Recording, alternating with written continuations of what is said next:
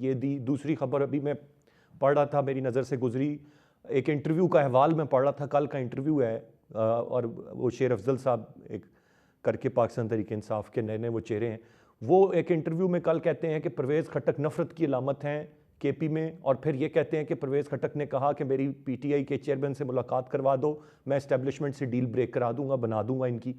یہ بھی ایک خبر ہے, لیکن بیبانی پی ٹی آئی انکاری ہو گئے. اسی طرح آپ جو خبر الوی صاحب کی, اب یہ متضاد خبریں ہیں نا, کس پر یقین کریں, کس پر نہ کریں, کیا کریں؟ نہیں تو وہ تو ظاہر ہے کہ اب اس طرح کی کنفیوز صورتحال میں یہ خود بھی تو کنفیوز, ہر چیز کو کنفیوز کر رہے ہیں نا. ایسا نہیں ہے کہ انہوں نے اپنے آپ کو ایک صحیح میدان میں, ایک صحیح پوسچر میں کھڑا کیا ہوا ہے, ایسا نہیں ہے. پاکستان ایک ایسے بحران سے گزر رہا ہے جہاں پر ہلکی سی بھی غلطی جو ہے وہ ان کو نقصان نہیں پہنچائے گی, وہ ریاست کو نقصان پہنچائے گی, مملکت کو نقصان پہنچائے گی, اور یہ اس طرف جا رہے ہیں. اصل مسئلہ یہ نہیں ہے, نواز شریف کی کوئی اہمیت نہیں ہے, اور کوئی پاکستان کے مقابلے میں شہباز شریف کی کوئی اہمیت نہیں ہے, اسی طرح عمران خان کی کوئی اہمیت نہیں, لیکن یہ اپنی شخصیات کی وجہ سے ملک کو نقصان پہنچائیں گے. یہ تو سمجھ میں نہیں آتا ہے, کوئی بھی نہیں سمجھ سکے گا. رائٹ, لغاری صاحب پوائنٹ آ گیا. میں ذرا کھیلداس کوستانی صاحب ایم این اے پاکستان مسلم نون کے رہنما بھی ہمیں پروگرام میں ہمارے ساتھ ہیں. کھیلداس صاحب آپ سے جاننا چاہوں گا, سر اتنا شور مچ رہا ہے, اتنا کچھ کہا جا رہا ہے, نہ آپ لوگ اس پر کوئی وضاحت دیتے ہیں, نہ کوئی واضح جواب ہے کہ مینڈیٹ آپ لوگوں نے چرایا ہے, فارم 45 47 کا تذکرہ ہر جگہ پر ہے, بنتی نہیں تھیں اتنی سیٹیں, وہ کہتے ہیں ہماری 80 سیٹیں کھا گئے. آپ خود کیوں نہیں کچھ کرتے اپنے دامن کو صاف کرنے کے لیے؟ الیکشن کمیشن سے کیوں نہیں کہتے کہ بھئی کریں فارم 45 بھی اپلوڈ, چیزیں سامنے لے کے آئیں جو کرنی چاہیے تھی, ان کو اتنے دن گزر گئے. صرف انکاری ہو جانا ان کے الزامات سے یہ تو مسئلے کا حل نہیں ہے, اور یہ الزامات تو بڑھتے جائیں گے, غم و غصہ بھی بڑھتا جائے گا, شدت بھی آتی جائے گی, احتجاج بھی پھیلتا جائے گا. کیسے چلے گا معاملہ؟ 2018 میں ہمارے مینڈیٹ کو چرایا گیا, آر ٹی ایس بٹھا کے جعلی مینڈیٹ بیٹھ کر ایک سلیکٹڈ وزیر اعظم کو وزیر اعظم کی کرسی پہ بٹھایا گیا. ہم نے تب بھی کوئی اس طرح کا احتجاج نہیں کیا, ہم نے تحفظات کا اظہار کیا, ہم پارلیمنٹ میں آئے. آپ دیکھیں اس ملک کی تاریخ میں بھٹو شہید ہو گیا, محترمہ بے نظیر بھٹو شہید ہو گئی, نواز شریف صاحب کو 3 دفعہ جو ہے اقتدار سے نکالا گیا, 1 دفعہ ہائی جیکر بنایا گیا, کبھی نائل بنایا گیا, سزائے موت کے فیصلے آئے. ہم نے ایک گملہ نہیں توڑا, ہم نے پاکستان کے خلاف یا اداروں کے خلاف کوئی ایسی جس طرح انہوں نے حرکات کی ہے, جس طرح سازشیں کی ہے جو آج بھی ان کی جاری ہے, کسی جماعت نے یہ کھیلداس کام صاحب نہیں جانے کیا. دیں, جو کوئی تاریخ اتنی اچھی نہیں ہے, مجھے کیوں آپ مجبور کر رہے ہیں سپریم کورٹ پہ حملے کا احوال بتانے پہ, آپ کہہ رہے ہیں گملہ نہیں توڑا. وہ جو مائنڈ سیٹ تھا وہ آج ان کے صفوں میں آج بھی بیٹھا ہوا ہے پرویز الہی کے جو روپ میں.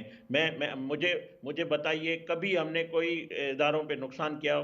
جس طرح یہ ملک دشمنی پہ آئے ہوئے ہیں اقتدار کی خاطر, جس طرح لغاری صاحب نے کہا کہ آج بھی وہ کہتا ہے مجھے سلیکٹ کر دو, مگر ایسے شخص کو اقتدار یا ایسے شخص کو کوئی بھی رعایت نہیں ہونی چاہیے جو ملک کے خلاف کام کرے, جو ملک کی دشمنی پہ اتر آئے. جو لغاری صاحب نے ٹھیک کہا, اگر آئی ایم ایف پیسے نہیں دیتا, کو آئی ایم ایف پاکستان کی ریاست کے ساتھ ان کا معاہدہ ہے, کسی جماعت کے ساتھ, کسی واحد فرد کے ساتھ نہیں ہے.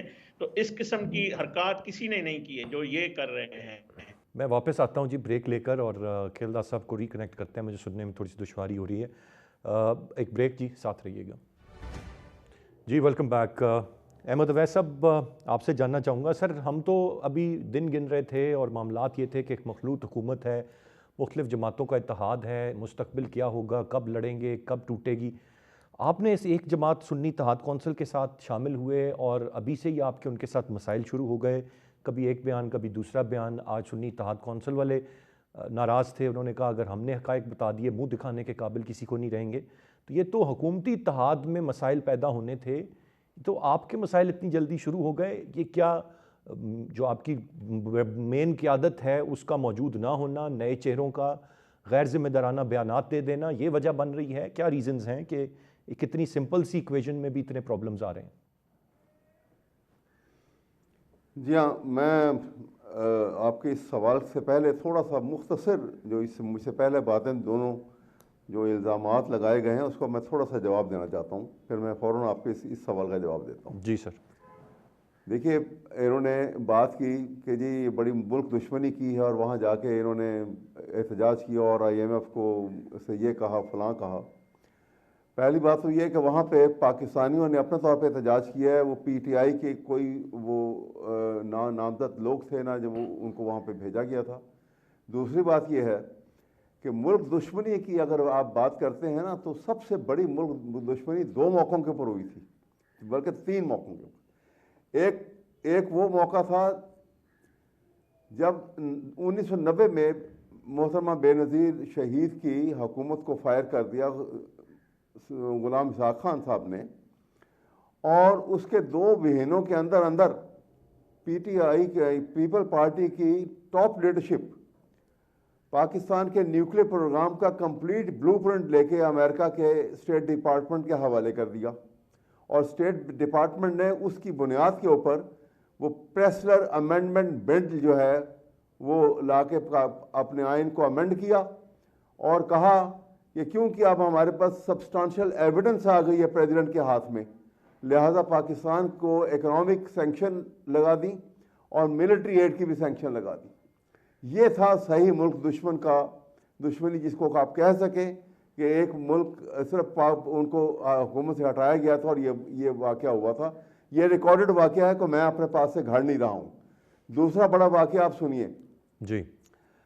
جب اسامہ بن لادن کو یہاں پاکستان کے اندر آ کے امریکنز نے ان کا حملہ کر کے اور اس کو مارا گیا, اسی رات کو امریکہ کے ایک TV چینل کی طرف سے یہ خبر فلیش ہوئی کہ امریکنز جو ایئر فورس والے جو جہاز لے کے یہاں آئے تھے اندر, انہوں نے اٹیک کر کے وہاں اس کو مارا. اس کی پرائر ٹو اٹیک اس کی اپروول جو ہے پریزیڈنٹ آف پاکستان اور چیف آف آرمی اسٹاف سے لی گئی تھی. اس وقت زرداری صاحب پریزیڈنٹ آف پاکستان تھے اور کیانی صاحب جو تھے وہ چیف آف آرمی اسٹاف تھے. جی. یہ ملک دشمنی ہے, پاکستان کی سوورینٹی واز کمپرومائزڈ. اور تیسرا واقعہ جس کو آپ کہتے ہیں کہ جی بہت بڑی بات ہوئی, وہ سپریم کورٹ کے اوپر 9 مئی کے واقعہ سے بہت بڑا واقعہ اگر دیکھے جائے.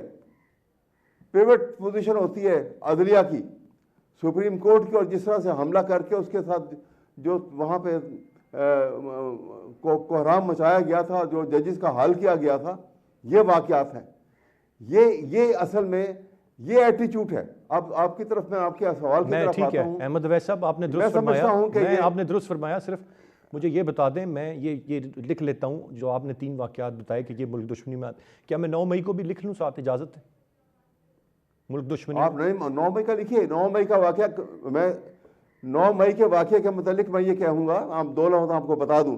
9 مئی کے واقعے کے متعلق یہ آرکیسٹریٹڈ پلان تھا, اور اگر نہ ہوتا تو سہولت کار اس کے جو تھے نا وہ اس وقت کے care taker chief minister Punjab اور IG پنجاب, جنہوں نے فیسیلیٹیٹ کیا ساری پولیس کو روک کے, اور وہاں پہ ایک موب کو پہنچایا گیا جانے کے لیے, فیسیلیٹیٹ کیا ان کو.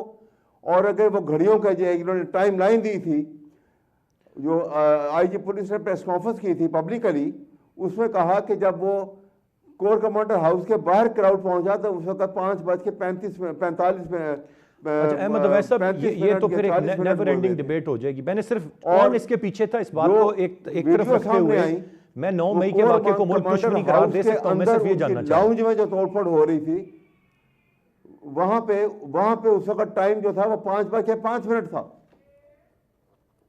رائٹ. اسی طرح سے انہوں نے کہا کہ انہوں نے یہ بڑی وضاحت سے بات کی, پرائم منسٹر نے شہباز شریف نے باقاعدہ اسٹیٹمنٹ دی ٹی وی کے اوپر کہ جی اس کا لیجنڈ جہاز جو تھا ایم عالم کا وہ بھی جلا دیا گیا, اور ISPR نے بھی سیکنڈ کیا اس کو, لیکن وہ جہاز جو ہے آج بھی محفوظ پڑا ہوا ہے کراچی کے میوزیم کے اندر.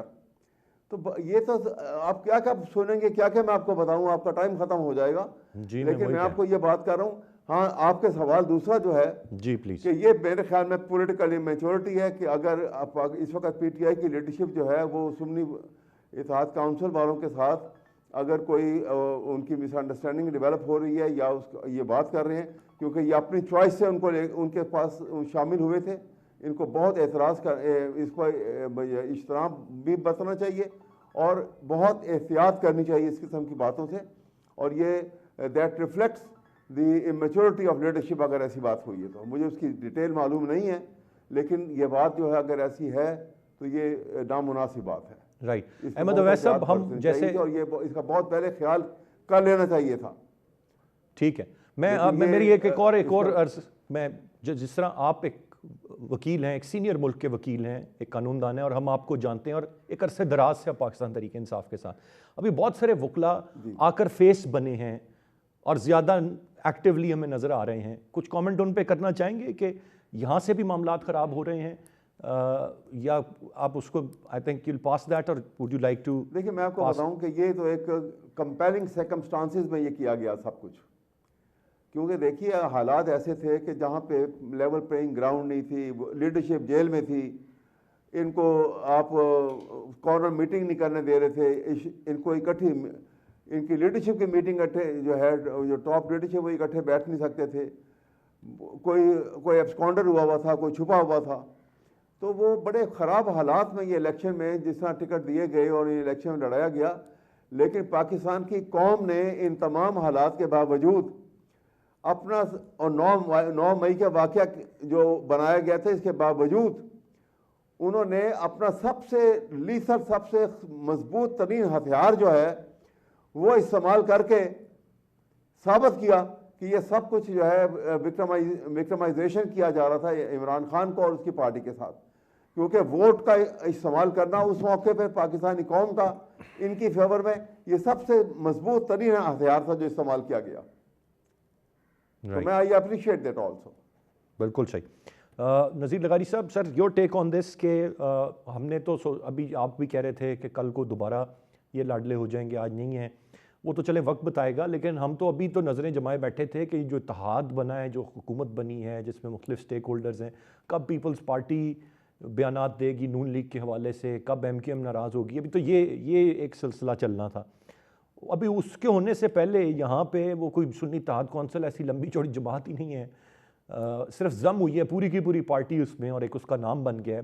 لیکن وہاں پر بھی غلط فہمیوں کا پیدا ہو جانا اتنی جلدی اور اس طرح کے بیانات آنا، یہ کیا واقعی آپ بھی سمجھتے ہیں از اٹ اممیچورٹی جو PTI کی ابھی لیڈرشپ سامنے ہے ان کی طرف سے، یا کیا ہے معاملہ؟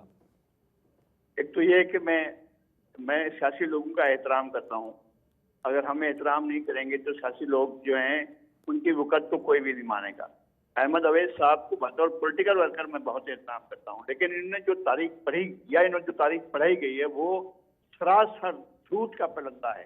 انہوں نے جو پریسل ترمیم کے بارے میں پڑھایا گیا، ان کو پتا ہے کہ پریسل ترمیم کب آئی تھی؟ کیا انہیں اندازہ ہے کہ اس سے پہلے کلدیپ نیر کو کون لے کر گیا تھا اور کس نے ڈاکٹر عبدالقدیر سے ان کی ملاقات کروائی تھی، اور کہاں ڈاکٹر عبدالقدیر نے یہ کہا تھا کہ ہاں ہمارے پاس یہ موجود ہے؟ ان کو ساری صورتحال کا علم ہے. اور پھر یہ کہ کس نے جا کر وہ بلیو پرنٹ دکھائے تھے ایٹمی پروگرام کے، کیا ان کے ہاتھ میں تھا؟ کیا کسی سیاسی لوگوں کے ہاتھ میں رہا ہے کبھی بھی اس پروگرام پر ان کی اونرشپ رہی ہے؟ کیا سیاسی لوگ جو ہیں وہاں پر داخل ہو سکتے ہیں جہاں پر یہ ساری صورتحال ہے؟ کیا عمران خان داخل ہو پائے تھے؟ ہم خواہ کی ایسی باتیں کرتے ہیں جہاں ان کی رسائی بھی نہیں ہوتی، جہاں یہ پہنچ بھی نہیں پاتے ہیں. کیا جنرل کدوئی جو ہیں آنے دیتے ان کو، یا ان سے پہلے جو تھے جو سارے سسٹم کو کمانڈ اینڈ کنٹرول جن کے پاس تھی وہ آنے دیتے کہ لاؤ ہمارے یہ بلو پرنٹ لے جاؤ، انڈیا جا کر پہنچا؟ کیا جھوٹ کی بات ہے یار، خدا کے بعد اس طرح کا جھوٹ گھڑا جاتا ہے کہ ان کو پڑھایا جاتا ہے. یہ بھی کچھ نہیں کہ ان کو بیچاروں کو ان کو باقاعدہ سبق دیے گئے کہ یہ سبق جا کر سوشل میڈیا میں یا میڈیا میں جا کر بتاؤ، حالانکہ ان کی کوئی حقیقت نہیں. اور دوسری بات یہ نظر آ رہا تھا، پہلے یہ جماعت اسلامی بھی چاہ رہے تھے، جماعت اسلامی نے کہا بھائی ہٹو ہماری طرف نہیں آنا، ہماری طرف نہیں آنا، ہم اس کو ڈھول کو گلے میں ڈالنے کے لیے تیار نہیں، ہمیں ڈھول بجانے کو تیار نہیں. پھر یہ مجرد صاحب حضرت المسلمین کی طرف جا رہے تھے، انہوں نے کہا کہ جناب ٹھیک ہے اگر آپ آ رہے ہیں. پھر وہاں سے یہ ہوا جو ہو، اس طرح تو یہ شیعہ ہو جائیں گے، بولیں گے کہ جناب یہ شیعوں کی پارٹی ہے. انہیں یار ٹھہریں یار، سنی تو زیادہ تعداد میں ہوتے ہیں، چلو ہم سنیوں کی طرف جاتے ہیں. وہاں جا کر معلوم کیا تو اب وہ چیزیں جن کے ہم پوچھ رہے ہیں، ہم ان کو چاہتے ہیں. میں تو آن ریکارڈ ہوں اور میں سوشل میڈیا پر بھی اور ریگولر میڈیا پر بھی کہہ رہا ہوں ان کو سیٹیں ملنی چاہیے، لیکن ملیں کیسے؟ ان کی کوئی لسٹیں ہیں؟ ان نے کوئی لسٹیں جمع کرائی تھی؟ ان نے لسٹیں جمع کروائیں یا الیکشن ہونے کے بعد جمع کروائیں، اس سے پہلے جمع کروائیں؟ کم از کم اور کچھ نہیں تو ہمارے سامنے تو لے آئیں، میڈیا پر تو لے آئیں.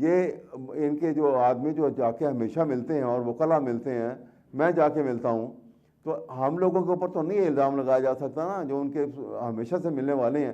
اور وہاں سیکیورٹی تو ہے، وہ جب اندر لے کے جاتے ہیں تو وہاں آلریڈی بڑی سیکیورٹی ہوتی ہے، تو وہاں پہ ان کو یہ ملاقاتیں تو روکی نہیں جا سکتی نا. آپ سیکیورٹی ٹائٹ کریں، ویسے خیال کریں، لیکن اس کا یہ مطلب نہیں کہ یہ 8-10 جو لوگ جو آگے مستقل آ کے مل رہے ہیں اور وہ پارٹی لائن کے سلسلے میں بہت سارے معاملات میں ان سے ڈسکس کرنے کے لیے جاتے ہیں، تو ان کے اوپر یہ کہہ کے اس پریٹیکسٹ کے اوپر پابندی لگا دینا یہ ناجائز ہے بالکل. اور یہ ایک ایسے پریٹیکسٹ ہے، اس کی بنیاد کوئی نہیں ہے. رائٹ. ایک آخری چیز جان کے آگے بڑھوں گا. جو لغاری صاحب نے بات کہی، ماضی میں لاڈلے تھے آپ سر، یہ تو اس بات سے انکار نہیں کریں گے. دوبارہ لاڈلے ہونے کی کوئی چانسز مستقبل قریب میں آپ کو نظر آ رہے ہیں؟ آپ کی جماعت کے، آپ کے بانی کے دوبارہ سے پسندیدہ ہو جائیں، لاڈلے ہو جائیں؟ سوری، کیا فرمایا آپ نے؟ میں نے کہا سر، جس طرح سے ابھی لغاری صاحب نے کہا، یہ تو آپ تسلیم کریں گے کہ ماضی میں لاڈلے یا پسندیدہ یا فیوریٹس رہے ہیں آپ کی جماعت، آپ کے لیڈر. اب مستقبل قریب میں بھی اس کے کوئی امکانات دیکھ رہے ہیں کہ دوبارہ سے پسندیدہ ہو جائیں، فیوریٹ ہو جائیں؟ یہ پاکستان کی یہ جو ہے نا، پاکستان کی پالیٹکس جو ہے، آپ کو پتہ ہے کہ یہ بڑا جس طرح ایک ٹریچرس موسم نہیں ہوتا، وہ ویسے ہی ہے. یہاں پہ ایک دم سے بادل بارش بھی آ گئے، اولے بھی پڑ گئے، بارش بھی ہو گئی، پھر دھوپ بھی نکل آئی، آندھی بھی چل پڑی، تو انپریڈکٹیبل ہے. تو اس لیے یہاں پہ ہر چیز اس کی پاسبلٹی کو آپ رول آؤٹ کر نہیں سکتے. لیکن بہرحال ایک بات میں ضرور کہنا چاہوں گا آپ کے اس پروگرام کے حوالے سے، کہ جو کچھ بھی ہوتا رہے، ایک ہی چیز میں پاکستان کی اور قوم کی اور اس ملک کی سالویشن ہے کہ آئین کو اسٹرکٹلی آبزرو کیا جائے، رول آف لا کے کانسیپٹ کو پریکٹیکلی انفورس کیا جائے، تو حالات سدھرے جا سکتے ہیں، سدھارے جا سکتے ہیں، اور پولیٹیشین جو ہیں وہ اپنی اہمیت کو پہچان کے خود بیٹھیں. یہ اسٹیبلشمنٹ یہ ایسے نام بنا لینے اور ان کو اہمیت دے دینا، وہ تو ایک لم ہے. آپ کبھی غور سے دیکھیے کہ کسی بھی حکومت کا لم ہے اسٹیبلشمنٹ، ایک حصہ ہے، ایک عضو ہے اس جسم کا. اس کو اختیار استعمال کرنے کا اختیار صرف حکومت کے پاس ہونا چاہیے، نہ کہ وہ حکومت کو استعمال کرے. یہ جو 1954 سے ہمارے پاس، ہمارے یہاں پہ فالکرم جو ہے وہ سول سے ملٹری میں شفٹ کر گیا تھا، یہ اس کا نقصانات ابھی تک ہم بھگت رہے ہیں. یہ بدلنے چاہیے، اور اس کے لیے میچورٹی پولیٹیشنز میں پیدا ہونی ہوگی اور پیدا کرنی ہوگی. بالکل جی، درست فرمایا آپ نے. نذیر لغاری صاحب، ٹورڈز اینڈ میں جاننا یہ چاہوں گا، ابھی تک تو آج سعودی ولی عہد کا فون آ گیا، کل اس کا آ گیا، مبارکبادیں مل رہی ہیں شہباز شریف صاحب کو، بٹ اب وہ بھی وقت آ گیا ہے جب it's time to start delivering نا. آپ نے اب کچھ کرنا بھی ہے، بہت چیلنجز ہیں. کیا توقعات ہیں آپ کو؟ فارمیشن آف گورنمنٹ ہو گئی، پریزیڈنٹ ہاؤس بھی نام تبدیل ہو گیا، زرداری صاحب وہاں پہنچ گئے، سینیٹرز بھی آ رہے ہیں، وہ بھی معاملات طے ہو جائیں گے. اس کے بعد اصل سوال ہوگا کہ ہاں جی، اب آپ کس طرح ریلیف دے رہے ہیں عوام کو؟ کیا امیدیں ہیں؟ کس حد تک یہ توقعات پر موجودہ حکومت پورا اترے گی، اب جیسی بھی حکومت جس طرح کی بھی ان پلیس ہو گئی؟ تمہیں پہلی بات یہ کہ احمد اویس صاحب نے جو کہا ہے کہ سیاست کو 1954 سے جو خراب کرنا شروع کیا گیا ہے اس کو ٹھیک ہونا چاہیے، میں ان کے ساتھ 100% ایگری کرتا ہوں. اور سیاسی عمل جو ہے اس کو ایک ریئل سینس میں بحال ہونا چاہیے اور لاڈلوں کو پالنے کا سلسلہ بند ہونا چاہیے. اور دوسری بات یہ کہ حکومتیں تو اسٹیبلش ہو جاتی ہیں، وہ تو راجہ پاکسے کی تو میں خود دیکھ کر آیا تھا، بلکہ مل کر بھی آیا تھا. جو سری لنکا کے وزیر اعظم تھے اس سے پہلے صدر بھی رہے تھے، پھر ان کے بھائی جو ہیں وہ بنے صدر، پھر اس کے بعد اس ملک کا کباڑا ہو گیا، پھر وہ ملک دیوالیہ ہو گیا. ہم تو ان کو بھی یہ دیکھ رہے تھے، وہ بھی اسی طرح سے الیکٹ ہو کر آئے تھے، اسی طرح سے بنا کر آئے تھے، اسی طرح سے وہ سارا کچھ، وہ اسٹیبلشمنٹ بھی خود تھے، وہ پریزیڈنٹ بھی خود تھے، وہ وزیر دفاع بھی خود تھے، وہ فوج کے ساتھ سارے تعلقات بھی ان کے اچھے تھے، پھر بھی وہ ملک دیوالیہ ہو گیا. تو جب عوام کی اونرشپ نہیں ہوتی ہے تو وہ ان کے لیے، ملک کے لیے خطرناک صورتحال ہوتی ہے، ہمیشہ ایسا ہوتا ہے. اور اس کے بعد لوگوں کا شاید افراد کا نقصان کم ہوتا ہے، لیکن عوام کا نقصان اور ملک کا نقصان زیادہ ہوتا ہے. اور یہ جو میں دیکھ رہا ہوں، ایک طرف تو پی ایم ایل این حکومت میں آئی ہے، ابھی کل ہی انہوں نے جو ہے وہ جو ہے وہ اپروول لی ہے قومی اسمبلی سے، ایک قرارداد منظور کروائی ہے کہ وہ جو پہلے کسی زمانے میں آرڈیننس جاری ہوئے تھے ان کی مدت میں توسیع کر دی جائے، ایک قرارداد منظور کروائی گئی. یہ کیا طریقہ کار ہے؟ کیا لیجسلیشن اس طرح ہوتی ہے؟ قومی اسمبلی وجود میں آ چکی ہے، سینٹ وجود میں آ چکی ہے، آپ خود اس میں بیٹھے ہوئے ہیں، لیڈر آف دا ہاؤس آپ خود ہیں.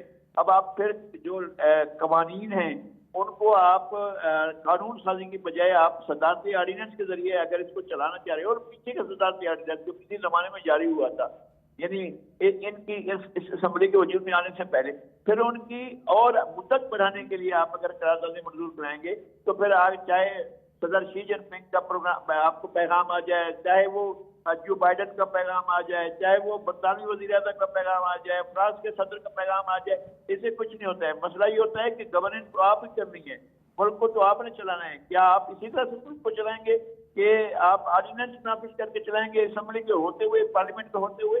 تو یہ نہیں ہوگا، اس طرح سے چلے گا نہیں. آپ چلانا چاہیں چلائیں، جتنی دیر میں چلا سکتے، لیکن اس طرح سے ملک چلے گا نہیں. ملک چلے گا نہیں. یقیناً بہت سارے چیلنجز ہیں اور دیکھنا ہوگا اس موجودہ حکومت کو اور معاملات کو بہتر سمت میں لے کر جانا ہوگا. امید کرتے ہیں کہ جی کچھ ڈیلیور کریں اور پاکستان کے جو عوام ہیں ان کے مسائل کا کہیں نہ کہیں کوئی حل ہمیں آنے والے دنوں میں نکلتا ہوا نظر آئے. آج کے پروگرام سے اتنا ہی. ارسلان خالد کو اجازت دیجیے. اللہ نے کے بعد.